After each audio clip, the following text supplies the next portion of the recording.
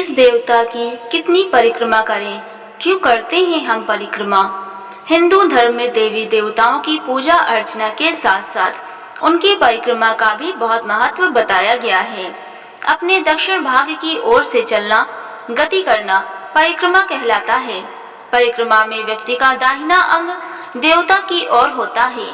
हमेशा ध्यान रखें कि परिक्रमा सदैव दाएं हाथ की ओर से ही प्रारंभ करना चाहिए, क्योंकि दैवीय शक्ति के आभा मंडल की गति दक्षिणावर्ती होती है।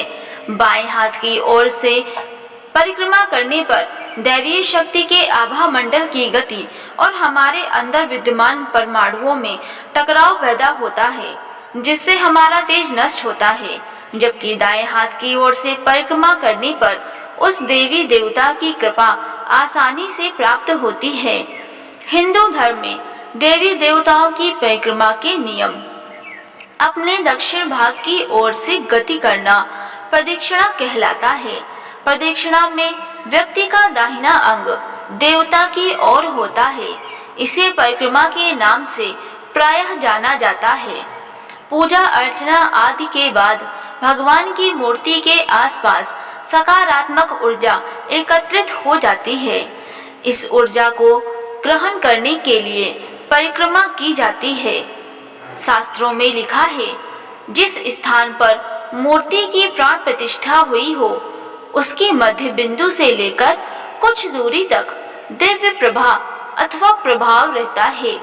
यह निकट होने पर अधिक गहरा और दूर दूर होने पर घटता जाता है। इसीलिए प्रतिमा के निकट परिक्रमा करने से दैवीय शक्ति के ज्योतिर्मंडल से निकलने वाले तेज की सहज ही प्राप्त हो जाती है। कैसे करें परिक्रमा? देव मूर्ति की परिक्रमा सदैव दाएं हाथ की ओर से करनी चाहिए, क्योंकि दैवीय शक्ति की आभा मंडल की गति दक्षिणावर्ती होती है। बाएं हाथ की ओर से परिक्रमा करने पर दैवीय शक्ति के ज्योतिर्मंडल की गति और हमारे अंदर विद्यमान दिव्य परमाणुओं में टकराव पैदा होता है, जिससे हमारा तेज नष्ट हो जाता है। जाने अनजाने की गई उल्टी परिक्रमा का दुष्परिणाम भुगतना पड़ता है। किस देव की कितनी परिक्रमा करनी चाहिए? वैसे तो सामान्यतः देवी देवताओं की एक ही परिक्रमा की जाती है, परंतु शास्त्रों के अनुसार अलग अलग देवी देवताओं के लिए परिक्रमा की अलग संख्या निर्धारित की गई है। इस संबंध में धर्म शास्त्रों में कहा गया है कि भगवान की परिक्रमा करने से अक्षय पुण्य की प्राप्ति होती है और इससे हमारे पाप नष्ट होते हैं। सभी देवताओं की परिक्रमा के संबंध में अलग अलग नियम बताए गए हैं। पहला नियम: महिलाओं द्वारा वटवृक्ष की परिक्रमा करना सौभाग्य का सूचक है। दूसरा नियम: शिव जी की आधी परिक्रमा की जाती है। शिव जी की परिक्रमा करने से बुरे ख्यालात और अनर्गल स्वप्नों का खात्मा होता है। भगवान शिव की परिक्रमा करते समय अभिषेक की धार को न लांघें। देवी माँ की एक परिक्रमा की जानी चाहिए। श्री गणेश जी और हनुमान जी की 3 परिक्रमा करने का विधान है। गणेश जी की परिक्रमा करने से अपनी सोची हुई कई अतृप्त कामनाओं की तृप्ति होती है। गणेश जी के विराट स्वरूप व मंत्र का विधिवत ध्यान करने पर कार्य सिद्ध होने लगते हैं। भगवान विष्णु जी एवं उनके सभी अवतारों की 4 परिक्रमा करनी चाहिए। विष्णु जी की परिक्रमा करने से हृदय परिपुष्ट और संकल्प ऊर्जावान बनकर सकारात्मक सोच की वृद्धि करते हैं। सूर्य मंदिर की 7 परिक्रमा करने से मन पवित्र और आनंद से भर उठता है तथा बुरे और कड़वे विचारों का विनाश होकर श्रेष्ठ विचार पोषित होते हैं। हमें भास्कराय मंत्र का भी उच्चारण करना चाहिए, जो कई रोगों का नाशक होता है। जैसे सूर्य को अर्घ्य देकर ओम भास्कराय नमः का जाप करना, देवी के मंदिर में महज एक परिक्रमा कर निर्वाण मंत्र का ध्यान जरूरी है। इससे संजोए गए संकल्प और लक्ष्य का सकारात्मक रूप लेते हैं।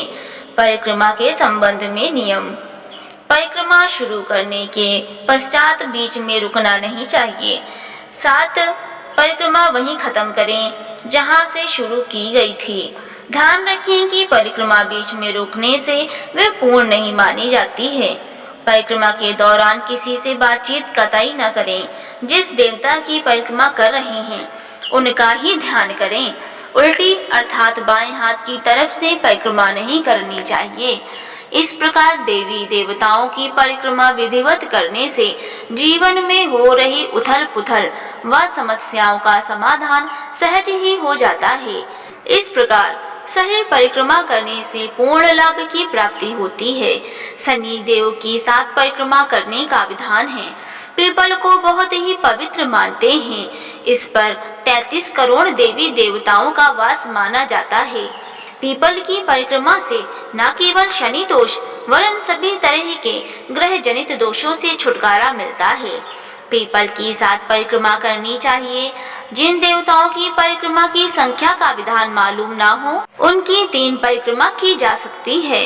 3 परिक्रमा के विधान को सभी जगह स्वीकार किया जाता है।